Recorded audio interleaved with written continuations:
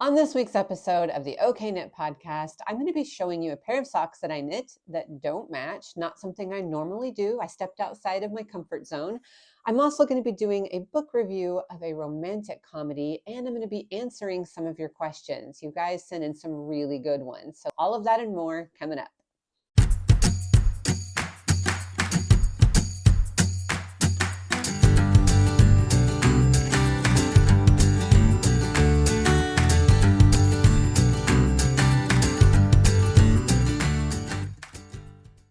Hello and welcome to episode 3 of the OK Knit podcast. My name is Summer. I'm your host. I'm a sock knitting pattern designer hailing from Tulsa, Oklahoma.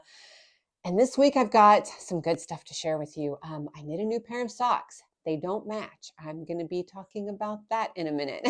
I have a feeling there are going to be more mismatched pairs of socks in my future. It's not normally something I gravitate towards. It's definitely out of my comfort zone. I am a rule follower, extremely basic. I love stuff to match. I love stuff to be neat and in order, color coded if possible. So knitting socks that don't match and are chaotic is not really something I would have done in the past. This is a new me, 2024. I'm just trying to step outside my comfort zone and do things that kind of push my buttons a little bit, and having something that does not match is definitely a button pusher. So I'll be sharing those in just a second. I've got a great book review by an author that I love, that I've loved since her debut novel years ago, and she's got a new book out, new-ish. I mean, I think it came out a couple of months ago, maybe more, and I only just now read it.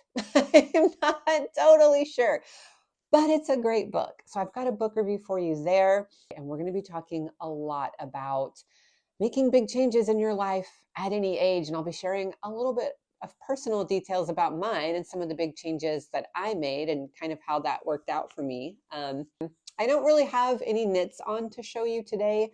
Our temperature in Oklahoma climbed up. It's a little warmer. It's like 42, but I do have this amazing, I have to show you this t-shirt. I'm so proud of it. It's a Fiona Apple t-shirt. It's got like the little apple. It's blue. Um, I love Fiona Apple. So whenever I saw this t-shirt, I had to get it. It's on Redbubble. I'll put a link below if you too would like a Fiona Apple t-shirt, but she's one of my favorites. I've always loved her. I think she's a genius, and she's just, oh, her albums are absolutely incredible. You can listen to them from start to finish, and that's pretty rare. Like most albums, when I was a teenager, you would, take your little hard-earned $17.99, to the record store to buy a CD, and you were lucky if like 2 or 3 songs were good on it. It was usually a bunch of like crap with like the 2 or 3 good songs that were on the radio. So, Fiona Apple's one of those artists I feel like where it's just great from start to finish. I mean, honestly, a lot of artists from the 90s were that way, not just Fiona, but I still feel like it's rare. There are a lot of albums where you're skipping around a lot. So no knits on today's outfit, just an awesome Fiona Apple t-shirt, but I've got some fantastic knit socks to show you. So proud of these. I love them so much, and it's made me want to knit mismatched socks a whole bunch more. So without further ado, oh, I love them. And I am going to flip the camera around and show you an overhead shot. And then I shot some video of them, like me wearing them.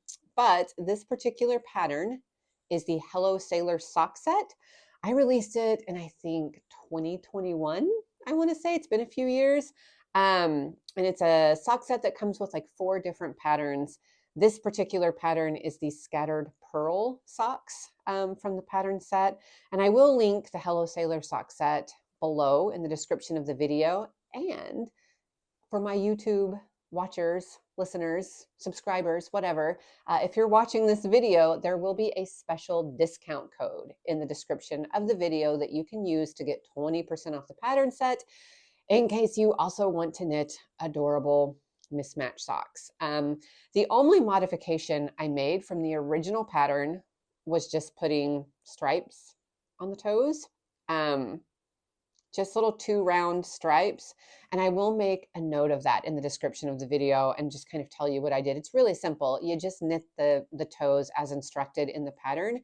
You just do 2 round stripes. You just pick 2 colors and then just knit 2 rounds of each color until you're done with the toe. So that was really the only modification I made. Everything else, same as the exact pattern. I just color blocked. I knit, you know, the cuff in a color, the leg in a color, the foot in a color, went back and did the heel in another color, and then again, the striped toes. And it just created this really cute, fun mismatched sock. I'll show you the originals. These are my original samples, and I still love them. Like, they're so stinking cute. These were just a solid color with a cute little neon heel that I did.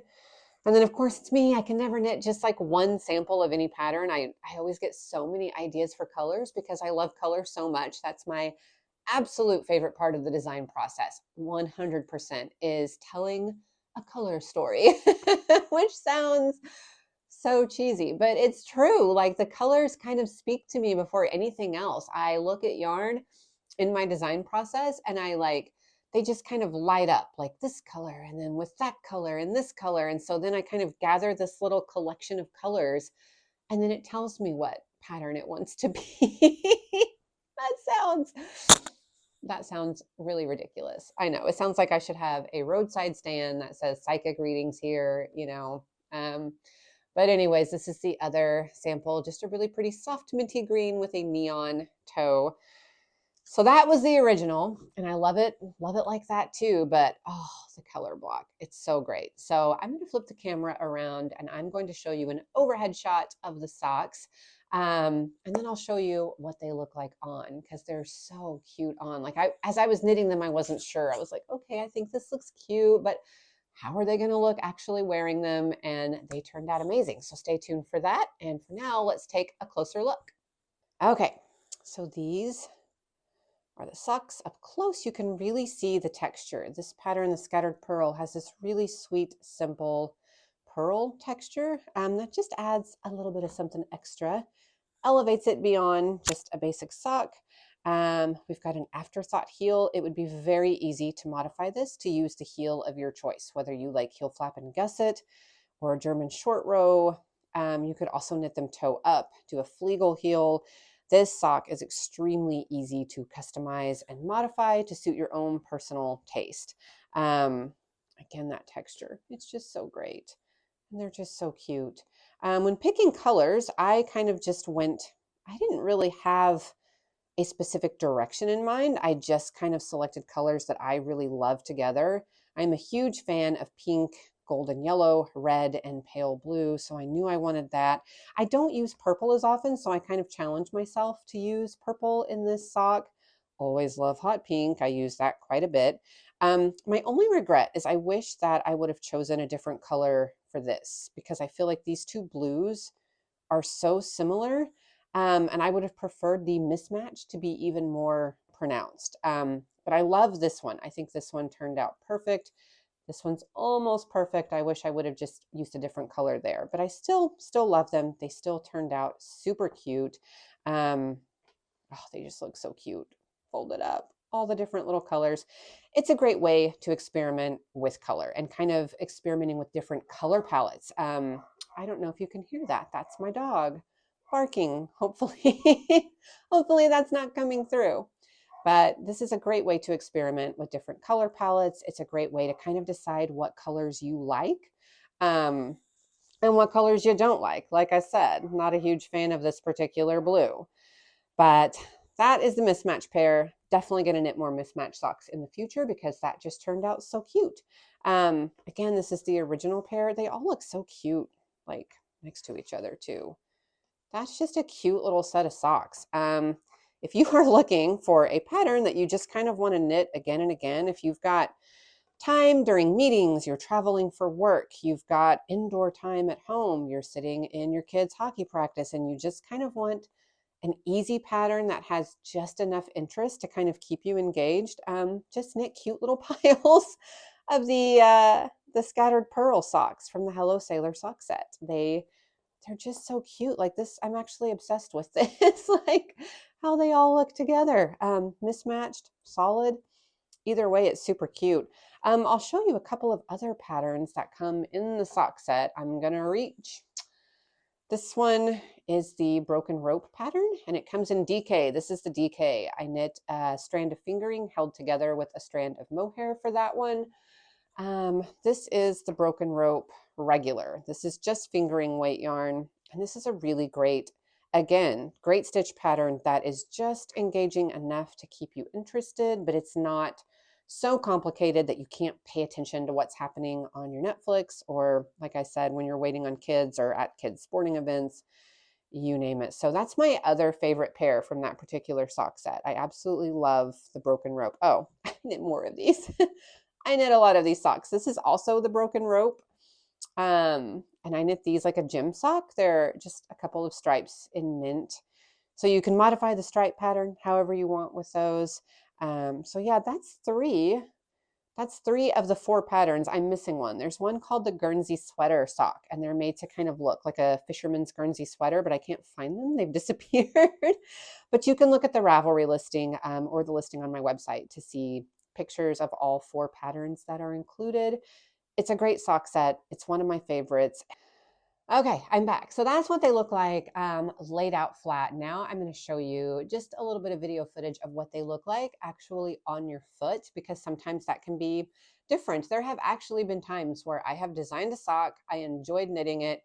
It looked pretty cute as I was knitting it, but then when I put it on, it was just like, oh, that did not turn out right. That is not what I was picturing in my head when I knit that sock. So I scrapped it and it was gone. But these turned out super cute, both as I was knitting them, both just gazing adoringly at them after they were finished and blocked and just so pretty. And then they looked amazing on my feet. I cannot wait to wear them out somewhere. Anyways, I'm going to show you that video really quick, and then we will get on to our book review. So here's the socks worn on feet.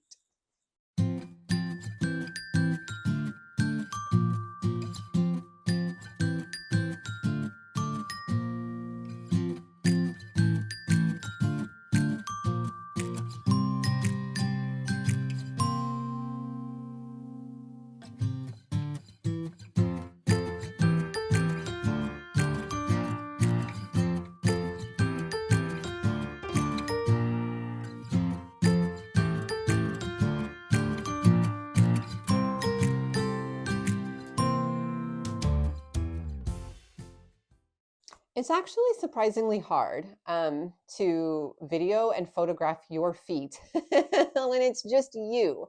I do my best. I've kind of learned some little tricks, but man, sometimes when I look like at the sock knitting hashtags on Instagram, people do some amazing things. Like people are really able to get some great sock pictures and do really cute poses and things that I haven't thought of. So there's some good inspiration there. If you also want to show off your socks, maybe I should do a whole special like episode just about that, how to photograph your own feet. And I would probably get viewers who aren't knitters, who are just like looking to sell photographs of their feet.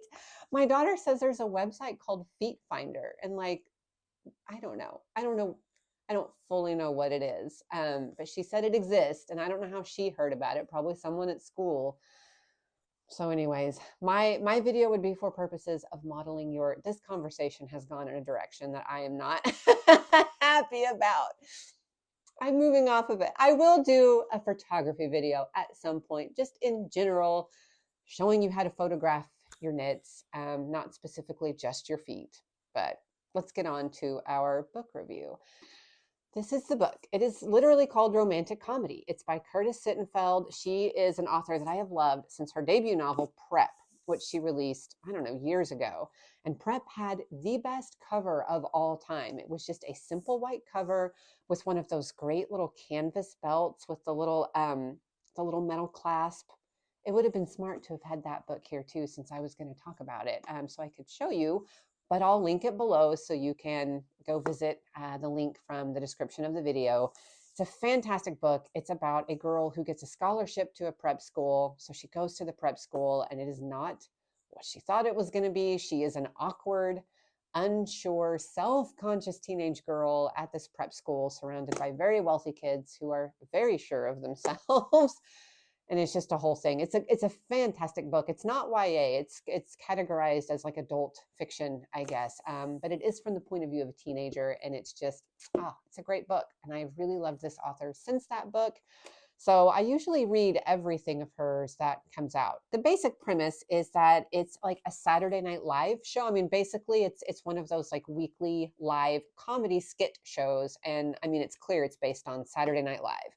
And the main protagonist is a writer for the show. She's a female. She's just a regular girl. And the whole point of the book is that in real life, you often see very famous women, beautiful women dating like average dudes, like they might, Pete Davidson, perfect example. He has had every hot girlfriend like known to man.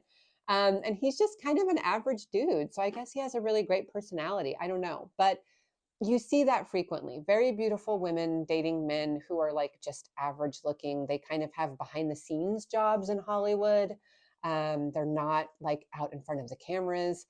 But what you don't see is the reverse. You don't often see extremely good looking men dating average looking women who kind of work behind the scenes. That just doesn't happen. So that's kind of the premise of the book. Our main character is kind of like a Liz Lemon, from 30 Rock. She's a writer on this skit show. Very funny, great personality. You really fall in love with her character. And she kind of kindles a relationship with a very good looking singer who's like super famous, super hot. And so it kind of turns that on its head, that whole notion that super hot famous people don't typically date regular average looking women. So fantastic book. I absolutely loved it from start to finish. It was one of those that I couldn't put down. Great romance, great comedy, just really witty and funny. So if rom-com isn't your normal category, if you don't typically gravitate towards rom-coms, I would absolutely suggest this. You would still love this. It is not primarily just about boy meets girl and there's a problem and an obstacle and oh no, they're not going to get together. And then, oh, wait, they get together. It's not like that. It's a little bit different. I also love that kind of book though, too. I will read romance like crazy. I love it. It's so fun. It goes by so quick. You can just tear through those books. So I love romantic comedies. And whether you do or don't, this is a fantastic book. I don't even know how to categorize it. It is a romantic comedy, but it's not like what you typically see in that genre. So I'll put a link to this in the description below the video in case you want to check this book out as well and prep. I'll put a link to that because, such a great book. Great introduction to Curtis. Also, what a fantastic name. If you are a girl and you want to be an author one day, you could not have done better than having your parents name you Curtis and your last name be Sittenfeld. Just total name lottery. I don't know if I've discussed this on this podcast, but my full legal name is Summer Lee Lee. If you've been around for a while, if you followed my Instagram, you likely know this, but Lee is my married name. My middle name was Lee before, Leigh, and I married a guy named David Lee, Lee. So my full legal name is Summer Lee Lee. Middle name spelled Leigh, last name spelled Lee. And it's been almost 22 years and I still don't know how I feel about it. Like sometimes I think it's kind of fun, kind of funny. And then other times I'm just like, is it though? When I could have been a Curtis Sittenfeld. There's another author I love whose name is Brando Skyhorse. Like, come on, that's the best name. Some people get really lucky with their names. Anyways, great book. Hope you check it out. Now let's get into your questions. And it is from a woman who is burnt out in her job. She's been a teacher for a very long time and she dreads going to work and wants a change. And so we're going to talk about that, like making change, making drastic change at any age, but especially the need for more stories of women and people in general doing big things in their 40s, 50s, 60s, 70s, and beyond.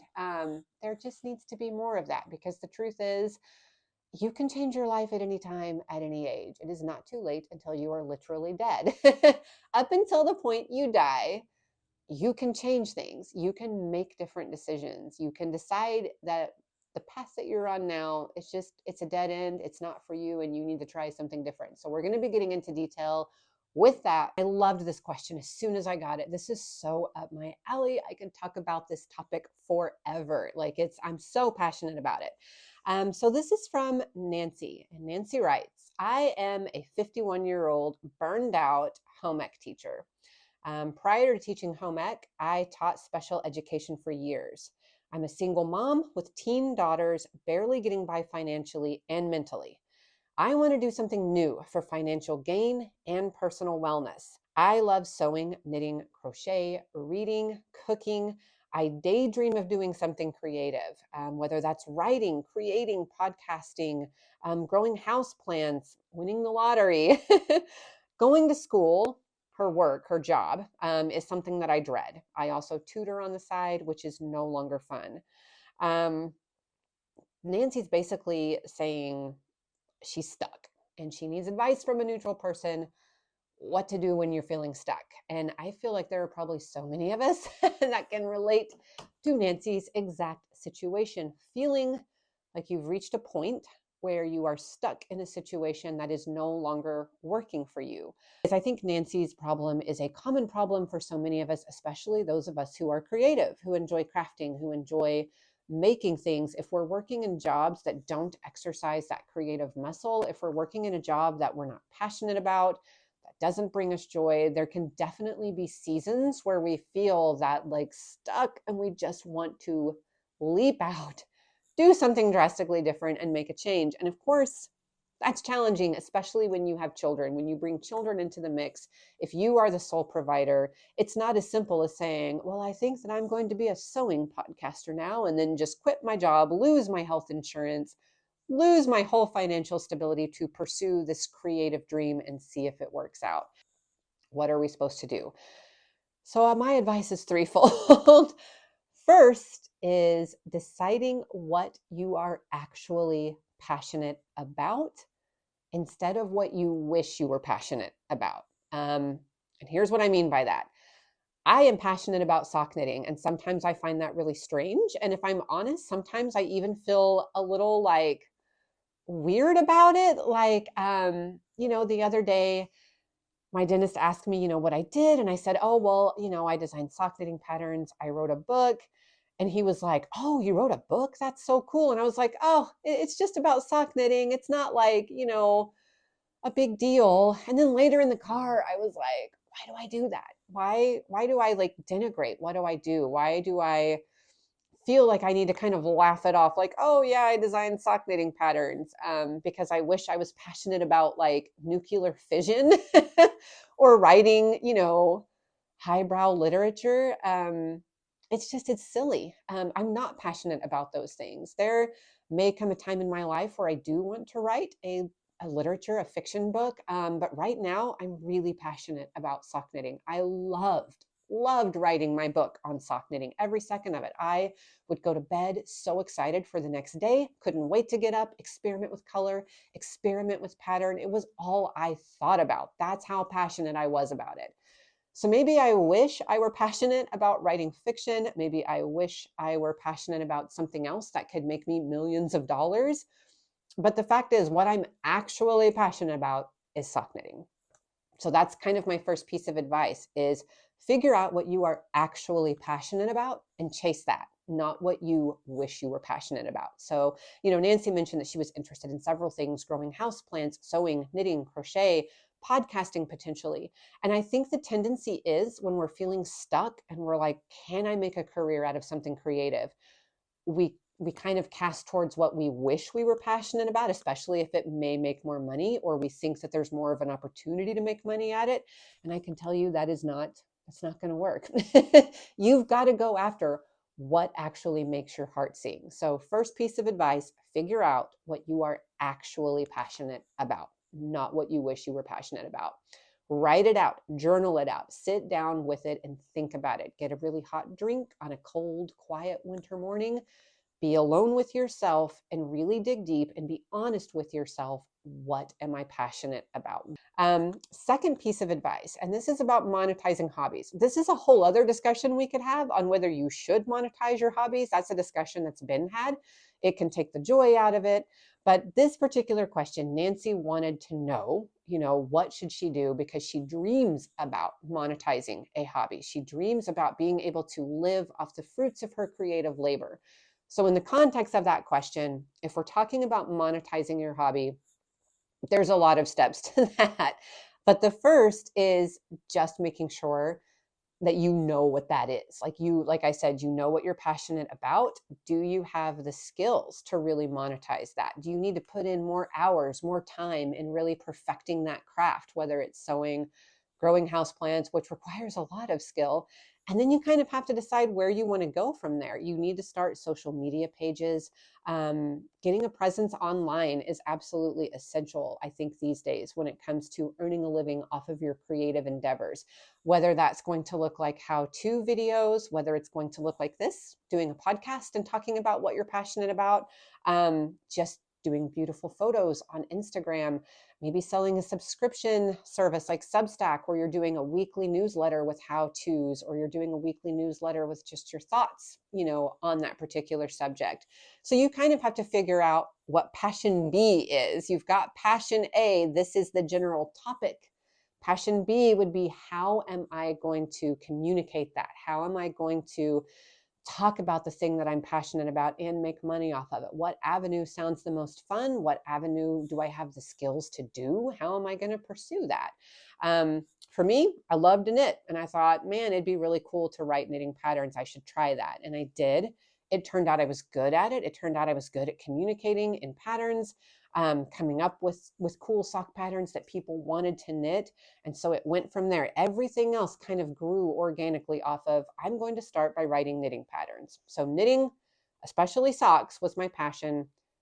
Passion B was, I enjoy writing knitting patterns. Everything else, my Instagram, the photography that I do, this podcast, my website, all of that grew out of that first thing, that first, I'm going to write knitting patterns.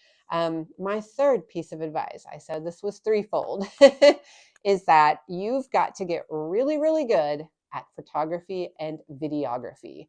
Everything stems from that. Like I said, whether you are going to be selling patterns, you have to sell your patterns with pictures. You have to show people what the finished object looks like.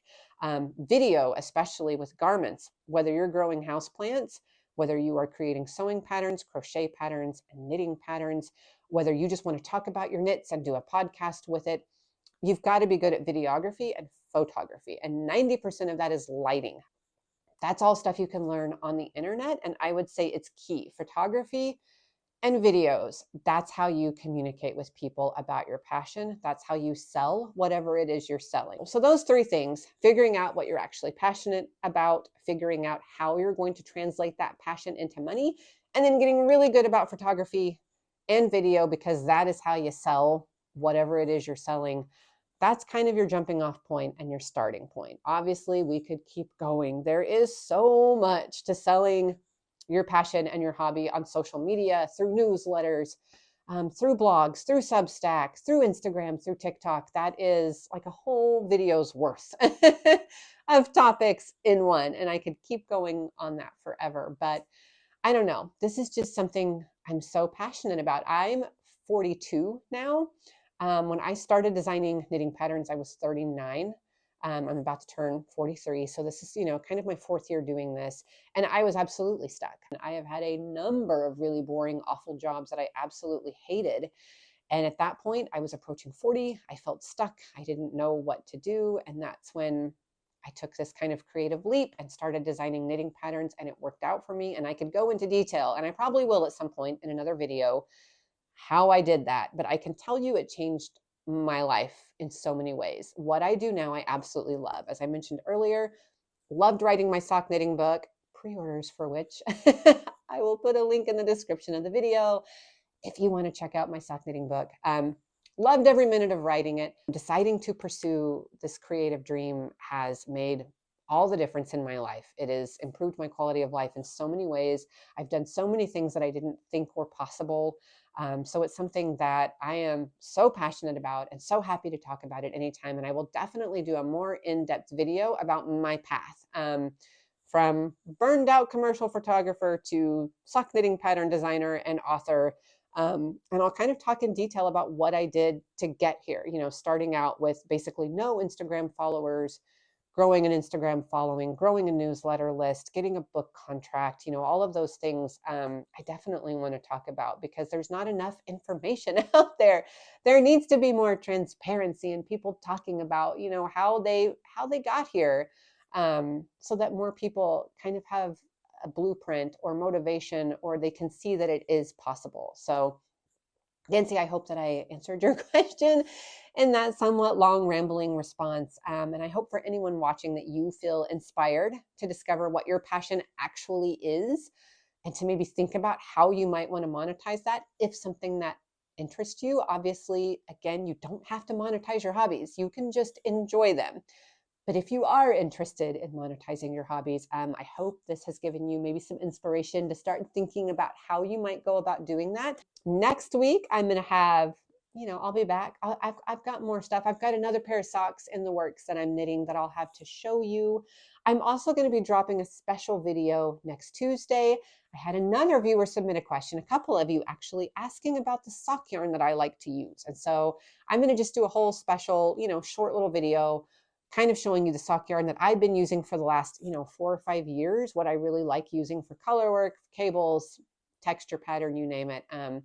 So yeah, I'll be dropping that on Tuesday. And then of course, I'll be back next Friday with episode 4 of the OK Knit podcast. Thank you so much for being here today. Please submit more questions, more knitting questions, more personal questions, more HR questions if you have them.